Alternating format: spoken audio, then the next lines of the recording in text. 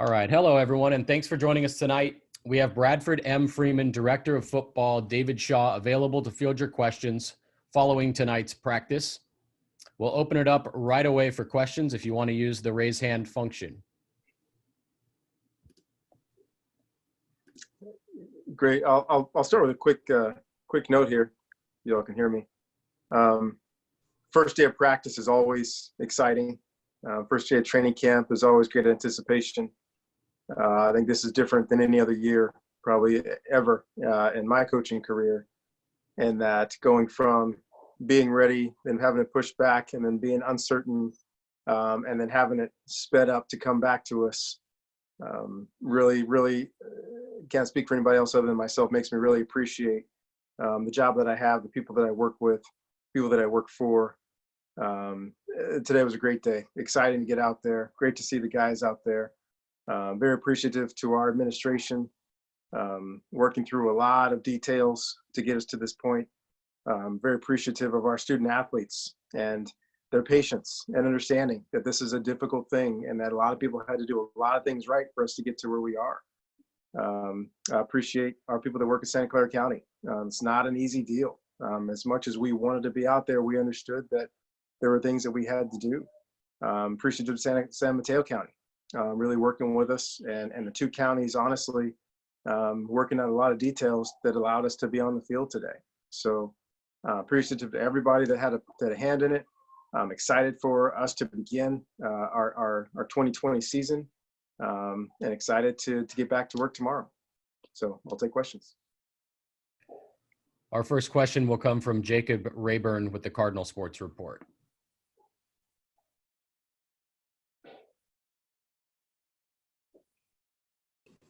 Hey, Coach. Wondering, what did the structure of practice look like? How do you feel like it went on the first day of that structure? A little bit different for us with the 75-person limit that we have to deal with, what all California schools have to deal with. We did what a lot of people do anyway, and what I've experienced before in my career, different places, really separating the older guys and then some of the younger guys. And some guys just by class schedule had to go with the second group. So we had two different practices at two different times. So really small groups, just about half the team at a time. And really got a chance to teach, got a chance to slow it down. We just shortened practice down. Once again, it's similar to what we've done in the NFL, different teams that I was with, where you bring in the young guys early so you can work with the young guys, kind of really teaching them and get them up to speed before the veterans come in. So we kind of had two groups today, a little bit longer of a day for the coaches, which was fine. We couldn't wait to get back on the field, but two shorter practices, a lot of teaching, no pads yet. Today and tomorrow don't have pads, which is per NCAA rules, but it's also really good for us to not have a lot of contact right now, but really teach and just get back on the field and really enjoy ourselves. Thanks. Our next question will come from RJ Abadia with the Bootleg.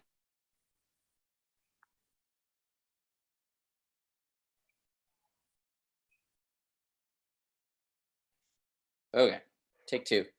Coach Pritchard and Coach Anderson have emphasized all the extra classroom time that went on this summer, kind of out of necessity. I know it's the first day, but I'm just curious, did you get any indications that kind of stuff was paying off at this point? And just what were your thoughts just looking at your team work together today? Well, two things. One is my initial answer is yes. We've kind of got a different philosophy this year. Done this before, but not to this extreme, to where we're really, our day one installation for all the offensive side is going to last 2 days, so two practices. So really going to get a chance to work a lot of very few things over and over again to really work on our proficiency. And on the defensive side, day one, the defense is always ahead of the offense, right? Not a lot of offenses in, so the defense is going to make some plays, which is understandable, but it's great. It pushes the onus back on the offense to really go out there and execute, even without a lot of offense in early in training camp. That usually evens out as training camp goes, but I do feel like a lot of the classroom time, especially for our younger players, our sophomores that didn't get very much spring ball or the summer, our freshmen that didn't get hardly anything on the field at all until about 2 weeks ago when we were able to do some work with the coaches. But all the classroom time that we put in has really taught these guys the basics, and they kind of have an idea now. They're not completely lost. Now, it wasn't perfect with the young guys by any stretch of the imagination. But as far as knowing what to do to a certain degree, that was good to see.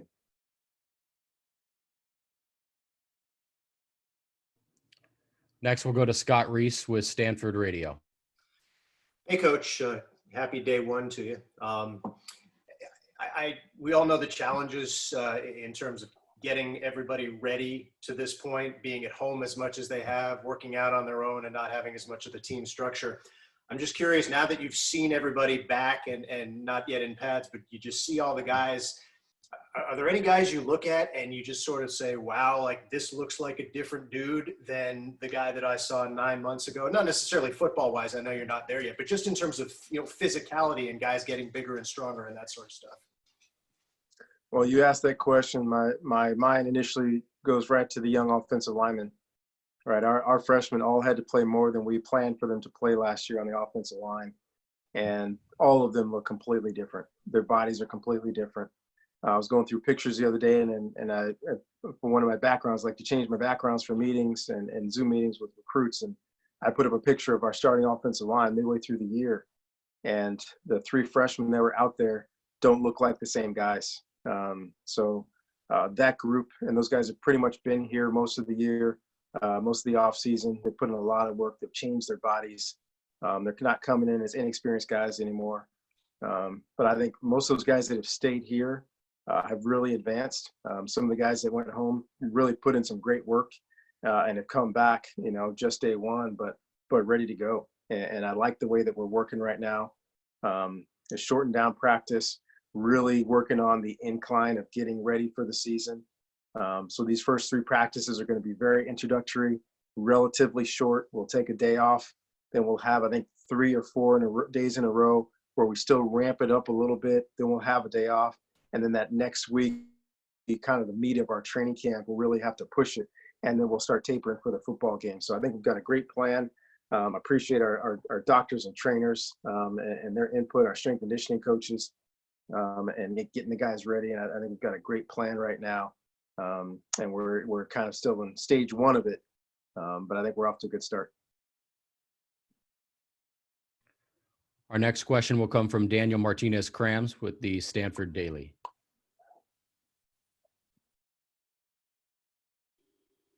Hi, Coach. Just to follow up on a little bit of the logistics. I spent a little bit of time at Woodside High School. Just got the 1 football field, and opposed to working with 3 here on campus. How did that change your practice today? Well, the good and the bad of having a split practice, we only had half of our team.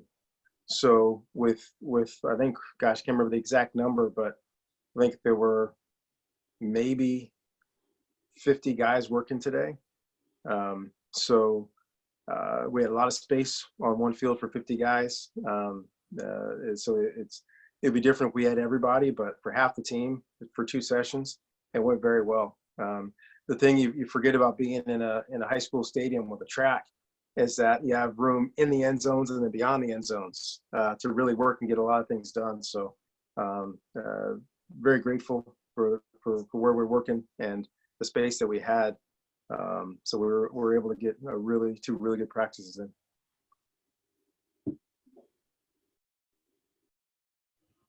Our next question will come back to Jacob with Cardinal Sports Report. Hey, Coach, I feel like I'm obligated to ask the injury update question. I hope that there isn't anything to report, but was there anyone held out today for the start of camp? Yes. Anyone of note, and anyone who is maybe a carryover from the spring or the end of last season? We had a few guys that were working back in for various reasons. Not as much noteworthy, I would say, right now. Also, I just don't like telling you guys right now, to be honest. But if anything looks like it's going to affect the season, we'll probably make those announcements at a later date. Gotcha. Thanks. Yep. Our next question will head back to RJ.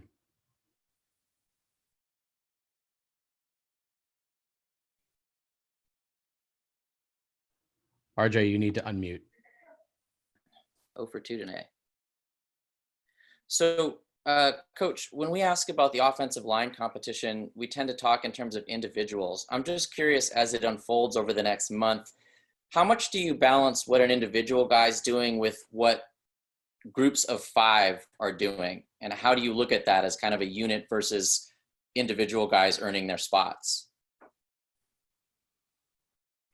Well, I think there is a bit of a balance. The two biggest units, I think, that have to really work together. One is the offensive line, and probably 1A is the group of defensive backs. Like those guys, they have to play complementary football. They have to play well together. But it starts with the individuals, right? So the individual who has the most ability and plays the most consistently and plays the best has to be at the front. And then once that is established, then it's what do we all do well together to really mesh the group. So there will be competition. And as I said many times before, and it's also proven to be true multiple times, is, the competition may bleed into the season. We may have guys that, if we don't have clear established starter at a position, or if we have 2 guys that are really practicing at a high level, I have no problem playing multiple guys. And it's one of the things I'm most proud of. Over the last decade, we've played a lot of guys in football games. We were talking about Andrews Pete the last couple of weeks or so. As a true freshman, played left tackle, but he played, anywhere between 40 and 60% of each game. So we had a nice little rotation to where we took care of him, but he'd earned the right to play, and we had to put him out there. But at the same time, Khalil Wilkes had earned the right to play as well. And Khalil was kind of that guard that would come in when Andrews kicked back out. So between 3 guys, we took care of 2 positions for most of the year. So we'll see how these competitions go. I'm excited about these young guys. But like I said, I have no problem playing more than 5 guys up front. And I think those of you that seen Stanford football over the years know that we have no problem playing 7, 8 offensive linemen. Our next question comes from Rusty Simmons with the San Francisco Chronicle.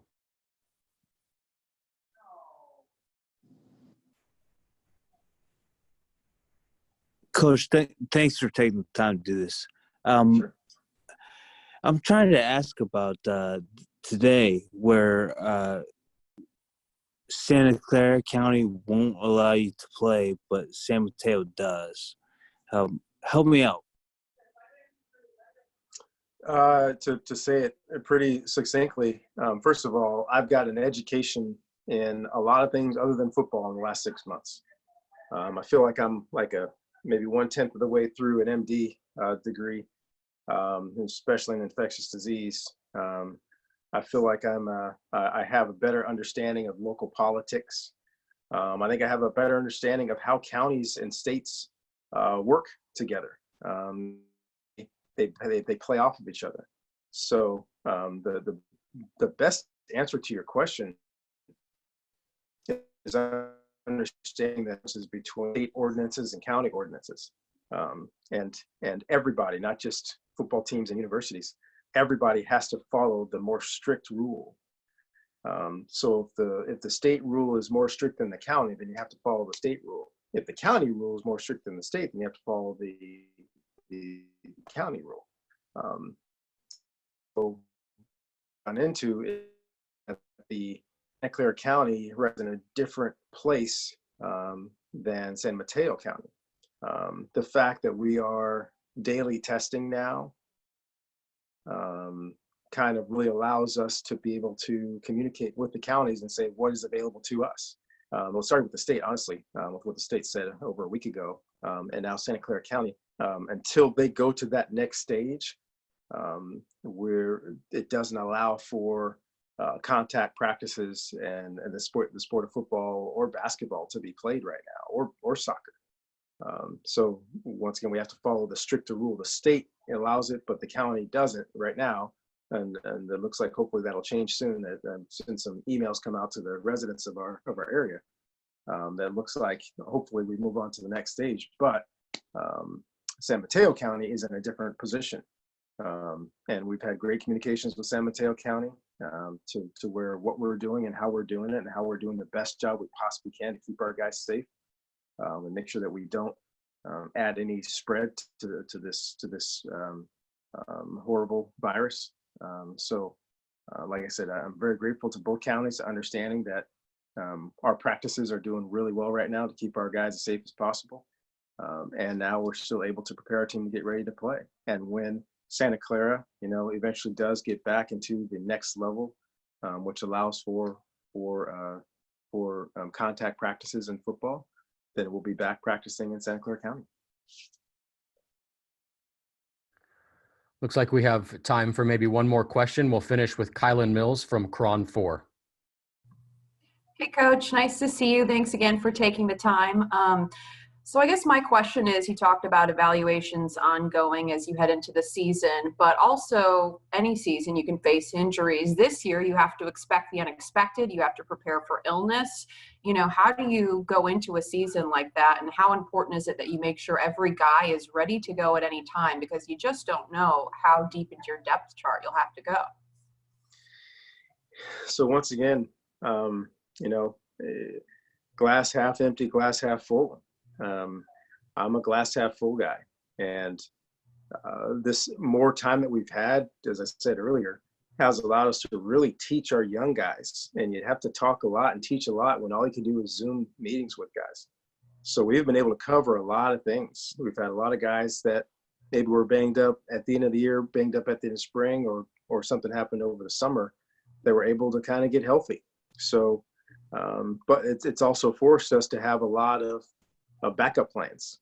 So I'm going into this training camp being ready to say we have to be extremely deep at every single position. There's nobody that's sitting around saying I'm not going to play. Everybody has to be ready to play, even to the point of all the coaches. If something happens, as has happened already a couple times around the country, as careful as we are, this virus has gone to every crevice around the world for the most part. So we have to be ready for, if a coach does contract the virus, that we have to have a backup plan. So basically all of our coaches have backup plans to be ready somebody's got to be ready to step in and do the job. All of our guys know that, hey, and once again, thankful to the NCAA that this year doesn't count towards eligibility for guys. So you can play one game, you can play every game, and it still doesn't. So we may have a guy that maybe plays a little bit, because somebody else, got the virus and has to come and step in and play for 2 or 3 games and maybe doesn't play again. So it's all on the table. So everybody's got to prepare like they're going to play. Everybody has to be ready to step up all across the board. And if this situation has taught any of us anything, it's about being nimble and being ready to adjust. You cannot be closed-minded in this world right now. So we can't anticipate everything that's going to happen, but at the same time, we're ready to adjust if something unexpected does happen. All right. Thank you all for joining us tonight, and thank you, Coach Shaw. We'll send out the audio and video shortly. Have a great rest of your night. Great. Good night, everybody.